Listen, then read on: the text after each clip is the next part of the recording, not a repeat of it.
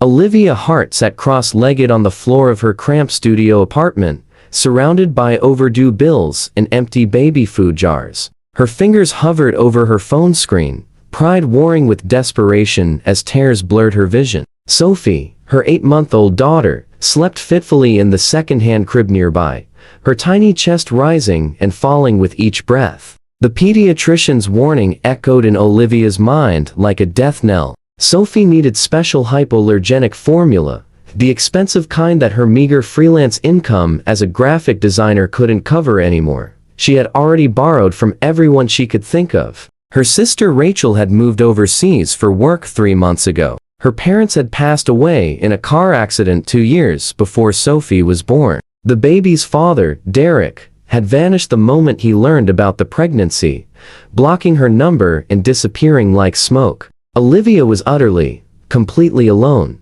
With shaking hands, she typed out a message to her former college roommate, Brian, who had recently sent her his new contact information. The words felt like swallowing glass, each letter a small death of dignity. Brian, I hate asking, but I desperately need help. Sophie needs her special formula, and I have nothing left. Could you possibly lend me $60 until my client pays me next week? I promise I'll return it.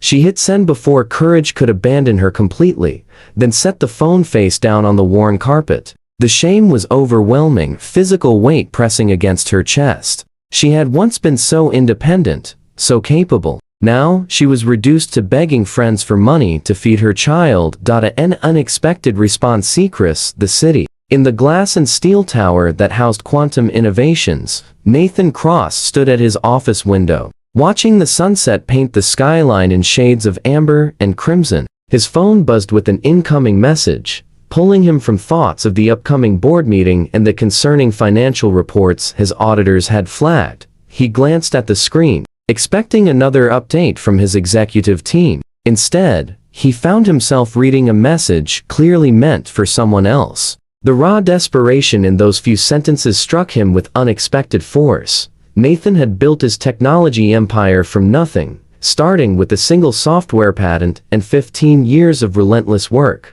He knew what it meant to struggle, though those days felt like ancient history now. His ex-wife had taken their son, Daniel, to California after their divorce 5 years ago, citing his workaholic tendencies. She wasn't wrong. He had sacrificed everything for success, including the relationships that mattered most. Something about this message, this unknown woman's plea for her daughter, touched a part of him he thought had calcified long ago. His thumbs moved before rational thought could intervene. I think you have the wrong number. I'm not Brian. He watched the 3 dots appear and disappear several times before her response came through. Oh, God. I'm so sorry. Please disregard that. I must have mistyped. I'm mortified. Nathan should have stopped there, should have wished her well and returned to his work. Instead, he found himself typing, "Is your daughter going to be okay?" The connection back in her apartment.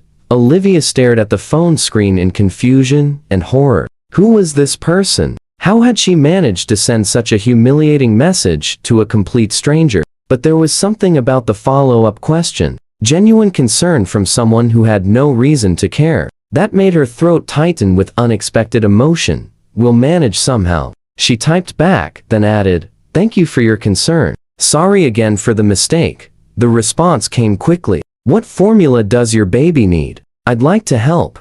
Olivia's first instinct was suspicion. She had heard too many stories about predators online, people who exploited vulnerability. But exhaustion and desperation made her defenses weak. Why would you help a stranger? She asked cautiously. The reply took longer this time. Let's just say I know what it's like to feel helpless when someone you love needs something you can't provide. Consider it paying forward a kindness someone once showed me. Olivia bit her lip, weighing her options. She had nothing to lose except more dignity, and that was already in short supply. The formula is Nutramigen hypoallergenic.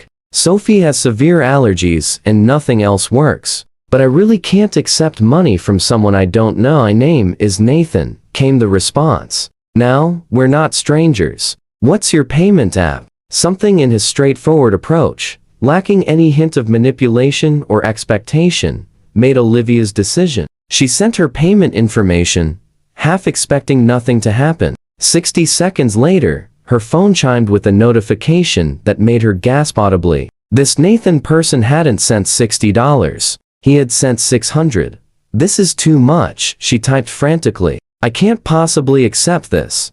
Consider it an investment in Sophie's future, Nathan replied. One less thing for you to worry about for a while. No strings, no expectations. Just help when you need it. Tears streamed down Olivia's face as she stared at the screen. She hadn't cried when Derek left. She hadn't cried when her freelance client stopped responding to her emails. She hadn't even cried when the eviction notice appeared on her door last month. But this unexpected kindness from a complete stranger shattered something inside her, releasing the flood of emotions she had been holding back for months. Thank you, she typed simply, because no other words seemed adequate. You have no idea what this means. Take care of Sophie, Nathan responded. And Olivia? Things will get better. I promise. As Olivia held her sleeping daughter that night, formula and groceries safely stored in the kitchen, she wondered about the stranger who had appeared in her life, like an answer to a prayer she hadn't known how to voice. She had no way of knowing that Nathan Cross was lying awake in his penthouse apartment, staring at his phone and wondering why helping this unknown woman felt like the first meaningful thing he had done in years. Neither of them could have imagined that this accidental connection would soon entangle them in a web of corporate corruption, danger, and a bond that would challenge everything they thought they knew about trust, love, and second chances. 3 days after the life-changing text exchange, Olivia was preparing Sophie's morning bottle when her phone rang with an unknown number. She answered hesitantly, her guard immediately up. Miss Hart? This is Jennifer Chan from Quantum Innovations. We received your resume for the graphic design position, and we'd like to schedule an interview for tomorrow morning if you're available. Olivia's mind raced in confusion. She hadn't applied to Quantum Innovations. In fact, she had never heard of the company. I think there might be some mistake. I didn't submit an application to your company. There was a pause on the other end. According to our records, your portfolio was forwarded to us by someone in our executive office. Your work is quite impressive. Would you be interested in discussing a position? We offer competitive salary, full benefits, and on-site childcare facilities. Olivia's heart hammered against her ribs. On-site childcare. The words alone were almost too good to be true. Yes, I'd definitely be interested in an interview. After ending the call, Olivia immediately texted Nathan. Did you have something to do with the job interview at Quantum Innovations? The response came within minutes. Guilty as charged. I own the company. We genuinely need a talented graphic designer for our new product launch, and your online portfolio is exceptional. The job is real. The interview is legitimate. What you do with the opportunity is entirely up to you. Olivia sat back, emotions swirling between gratitude, suspicion, and cautious hope. Part of her wanted to refuse out of pride, but another part, the part that had watched Sophie sleep in a crib held together with duct tape, knew she couldn't afford that luxury. The first day Quantum Innovations occupied 15 floors of a gleaming downtown tower. Olivia arrived 20 minutes early, Sophie dressed in her only decent outfit, the diaper bag packed with military precision. Jennifer Chan, a warm woman in her 40s, greeted them in the lobby and gave them a tour that left Olivia breathless. The childcare center occupied an entire floor, with certified caregivers, age-appropriate learning activities, and a cleanliness standard that rivaled hospitals. The design department boasted equipment Olivia had only dreamed of using, and the salary Jennifer mentioned was nearly double what she had made at her previous full-time position. Mr. Cross wanted me to assure you that this opportunity stands on its own merits, Jennifer said, as they concluded the tour. Your portfolio speaks for itself. However, he did want to meet with you briefly before you leave. Olivia's stomach fluttered with anxiety as Jennifer led her to the executive floor. She had imagined Nathan as older, perhaps balding and grandfatherly. The reality was startlingly different. Nathan Cross stood as she entered his office, and Olivia found herself facing a man in his mid-40s, with silver threading through dark hair, sharp intelligent eyes, and a presence that commanded attention without demanding it. He wore his expensive suit with casual confidence, but it was his smile, genuine and slightly uncertain, that put her at ease. "Olivia," he said, extending his hand, "it's good to finally meet you properly. And this must be Sophie." Sophie, usually shy with strangers, studied Nathan with solemn curiosity, before offering him a gummy smile. Olivia noticed the flash of something, pain perhaps, or longing, that crossed Nathan's face as he looked at her daughter. "Thank you for the opportunity," Olivia said, finding her voice. "But I need to know why you're doing this. The money was one thing, but a job?" Nathan gestured for her to sit, his expression becoming serious. "Honestly, at first, it was impulse. I wanted to help, and this was a way to do it that preserved your dignity. But then I looked at your work, really looked at it, and I realized you're exactly what we need for our product rebrand. Jennifer doesn't know about our text conversation. To her and everyone else, you're simply a talented designer we recruited. And what happens when people find out?" Olivia challenged. "When they learn about the texts, the money, it looks like I'm here because of charity, not talent." "Then we don't tell them," Nathan said simply. "The money was a gift between two people. This job is a professional arrangement. They're separate, unless you choose to connect them." Olivia wanted to argue, but Sophie chose that moment to fuss, and Nathan immediately offered his office's private lounge. "There's a comfortable chair in there, and privacy if you need to nurse or give her a bottle."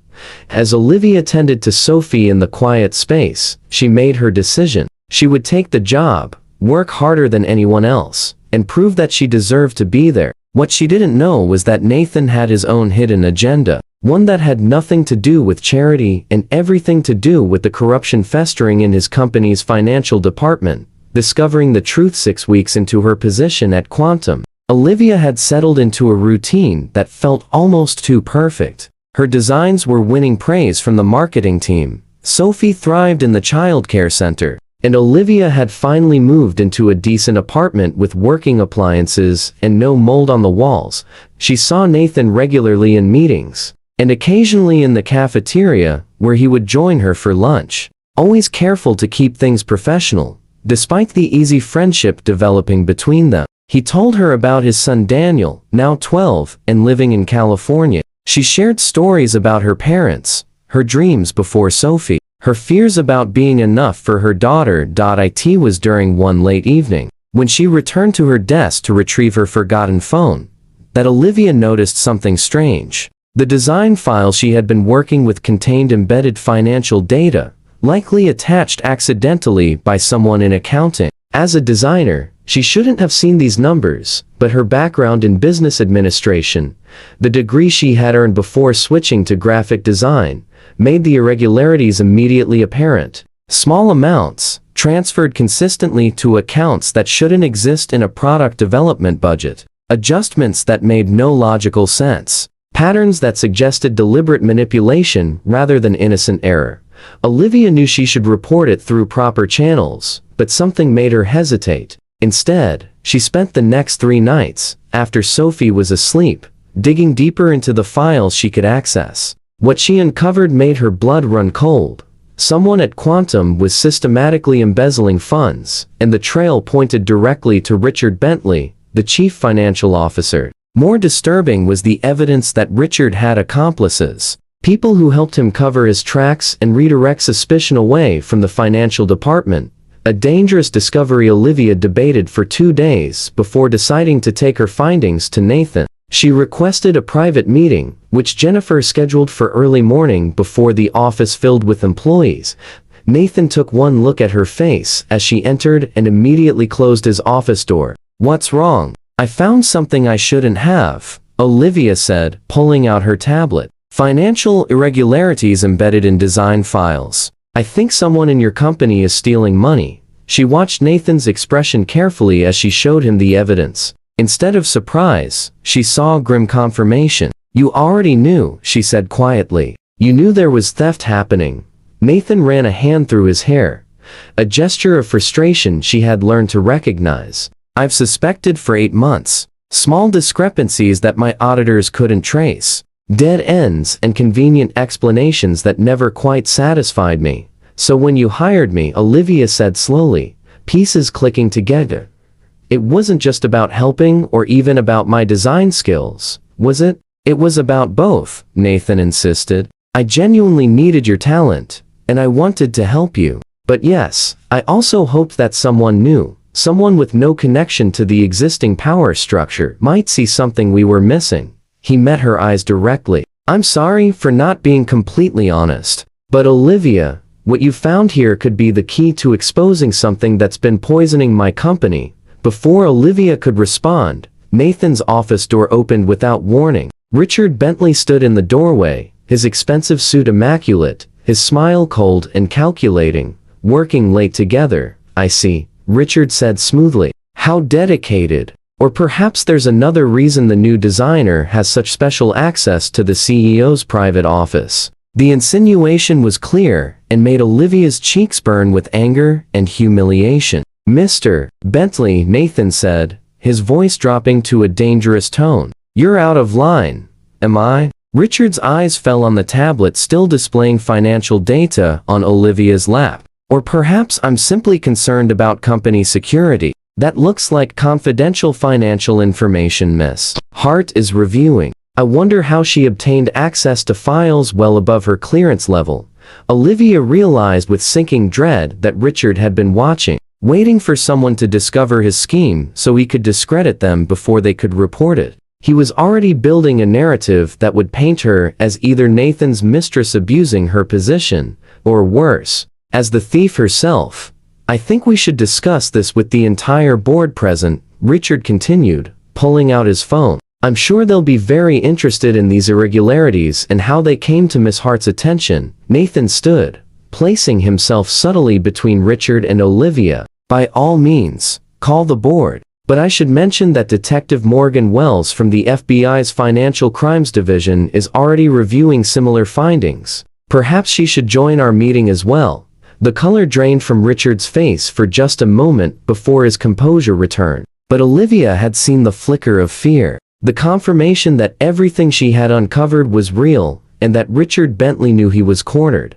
"This conversation isn't over," Richard said coldly before turning and walking away. After he left, Olivia released a breath. She hadn't realized she was holding. "There's really an FBI detective?" "There is now," Nathan said, already dialing his phone. "Richard just gave us the opening we needed. He's going to move fast to cover his tracks or flee. We need to move faster." As Nathan spoke urgently with federal authorities, Olivia held her tablet containing the evidence that would either save Quantum Innovations or put her and Sophie in terrible danger. She had stumbled into something far bigger than a wrong number text message, and there was no safe way to back out now. The trap classist Detective Morgan Wells arrived at Quantum Innovations within 2 hours. A sharp-eyed woman in her 50s with the no-nonsense demeanor of someone who had seen every corporate trick in the book. She listened to Olivia's findings with focused intensity, asking pointed questions that revealed a mind that missed nothing. "This is solid work," Morgan said finally, reviewing the data on her own secure device. "Miss Hart, you've potentially uncovered one of the largest corporate embezzlement schemes we've investigated this year. Mr. Bentley has been moving money through shell companies for at least 18 months, possibly longer. What happens now?" Olivia asked, very aware of Sophie sleeping in her carrier at her feet. She had refused to leave her daughter in childcare during this crisis, some maternal instinct demanding her baby stay close. "Now, we need you both to act completely normal," Morgan said. "Bentley knows he's been discovered, but he doesn't know the extent of what you found or that we're involved. He'll either try to destroy evidence, flee, or attempt to discredit you before you can present your findings." She looked at Nathan. "The board meeting scheduled for tomorrow. Can you ensure it happens as planned?" Nathan nodded. "I'll personally confirm attendance from every board member. Richard won't be able to avoid it." "Perfect," Morgan said. "We'll have agents positioned throughout the building. When Bentley makes his accusations against Miss Hart, we'll be ready with the real evidence." She turned to Olivia. I won't lie to you. Tomorrow could get dangerous. Bentley has too much to lose to go quietly, and desperate people do desperate things. Olivia looked down at Sophie, her heart clenching with fear. Maybe I should take Sophie and leave the city until this is over. That's entirely your choice, Morgan said gently. But your testimony about how you discovered this information will be crucial for prosecution. Without you, Bentley's lawyers will tear apart the chain of evidence. I'll arrange protection for both of you, Nathan added immediately. My security team is excellent, and I own a property outside the city where you'd be completely safe until the board meeting. Olivia met Nathan's eyes, seeing genuine concern mixed with something deeper, something that had been growing between them over the past weeks. Despite their efforts to keep things professional, I'm not running, she said quietly. Sophie deserves to grow up in a world where doing the right thing matters, even when it's hard. I'll be at that board meeting. The confrontation next morning arrived with deceptive normalcy. Olivia dressed in her most professional outfit, a navy suit she had splurged on with her first real paycheck. She fed Sophie, sang her favorite songs, and tried to ignore the armed security guard Nathan had stationed outside her apartment door. The quantum building buzzed with unusual energy. Employees sensing something significant was happening without knowing the details. Olivia kept Sophie close, her daughter's presence both a comfort and a constant reminder of what she was risking. At exactly 2 in the afternoon, the board meeting convened in Quantum's largest conference room. Olivia waited in an adjacent office with Detective Wells and 2 other FBI agents, watching through a monitor as board members filed in. Richard Bentley arrived last, his confidence seeming unshaken. Before we begin regular business, Richard announced, standing with theatrical gravity, I have urgent information regarding financial improprieties within our company. Olivia watched Nathan's face remain carefully neutral as Richard distributed folders to each board member. As you'll see from these documents, someone has been systematically diverting company funds to offshore accounts. The evidence points to a scheme involving our CEO and his new employee, Miss Olivia Hart. Gasps rippled through the room. Richard's presentation was masterful, twisting every piece of evidence to suggest that Nathan had hired Olivia as his accomplice, using her design position as cover for financial manipulation. He even produced doctored communications suggesting an inappropriate personal relationship that motivated their collaboration.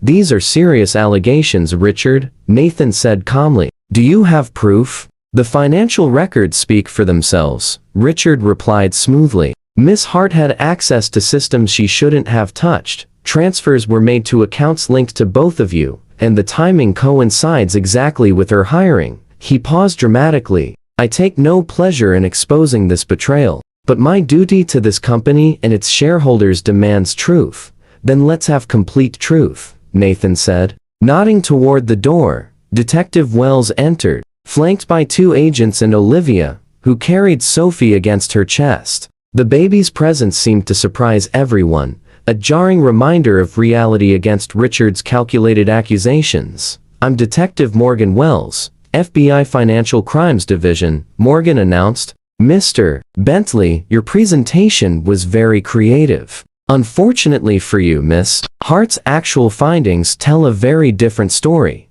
For the next 40 minutes, Olivia walked the board through her discovery, explaining in careful detail how Richard's embezzlement scheme worked. She showed them the real transfers, the shell companies, the pattern of theft that had begun long before she joined Quantum. Her voice remained steady even when Richard tried to interrupt with accusations, even when Sophie fussed and required soothing. The timeline alone exonerates Miss Hart, Morgan added. The theft began 14 months before she was hired. She discovered it accidentally and immediately reported it. Mr. Bentley, on the other hand, has been systematically stealing from this company since becoming CFO. Richard's facade finally cracked. This is ridiculous, he snarled. You're going to believe some desperate single mother who obviously seduced the CEO for money and position over a respected executive with 20 years in this industry? The misogynistic attack hung in the air like poison. Olivia felt Nathan tense beside her, but she spoke before he could respond. Mr. Bentley, Personal circumstances have nothing to do with mathematical evidence. The numbers don't lie, even when you try to make them. We have warrants for your arrest, Morgan said, gesturing to the agents. Along with warrants for the 3 board members who helped you hide your activities. What happened next occurred so quickly that Olivia would later remember it only in fragmented images. Richard lunged toward the conference room side exit, one hand reaching inside his jacket. Nathan moved instantly, pulling Olivia and Sophie behind him. FBI agents rushed forward. Someone shouted a warning.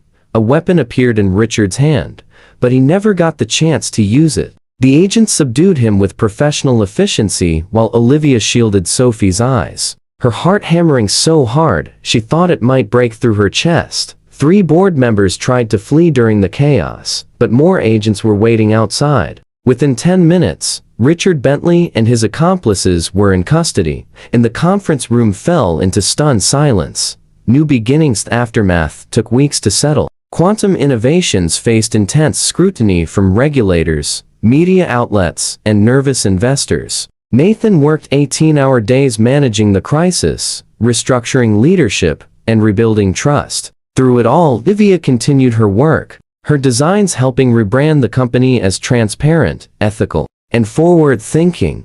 The board voted unanimously to create a new position for her, Director of Creative and Ethical Oversight, reporting directly to a reformed board structure. The salary was substantial, the respect genuine, and the vindication sweet, but it was the small moments Olivia treasured most. Nathan appearing at her office door with coffee and stories about Daniel's latest video call. Lunch breaks where they talked about everything except work. The afternoon when Sophie took her first steps, and Nathan happened to be there to witness it. His eyes bright with joy and bittersweet memory of missing similar moments with his own son. 3 months after Richard's arrest, Nathan invited Olivia to dinner at a restaurant far nicer than anywhere she had ever been. Sophie stayed with Jennifer, who had become a trusted friend and unofficial grandmother figure.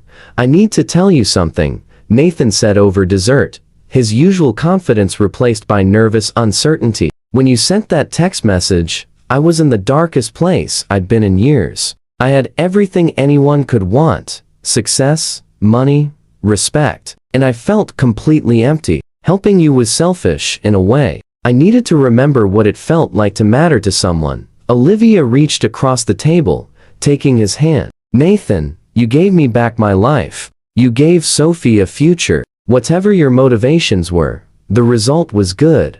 I'm falling in love with you," Nathan said quietly. "I have been for weeks. But I need you to know that your job, your position, everything you've earned, it's completely separate from how I feel. If you don't feel the same way, nothing changes professionally. I promise."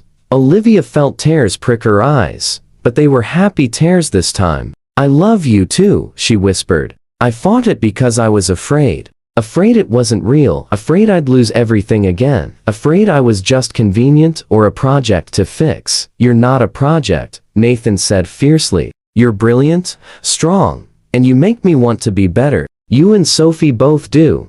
Their first kiss tasted like hope and new beginnings, like second chances and hard-won trust. It wasn't the desperate romance of fairy tales, but something better, a love built on respect, shared values, and the knowledge that they had both survived their worst and come out stronger. 14 months later, Olivia stood in Nathan's house, now their house, watching through the window as Nathan pushed Sophie on a new swing set.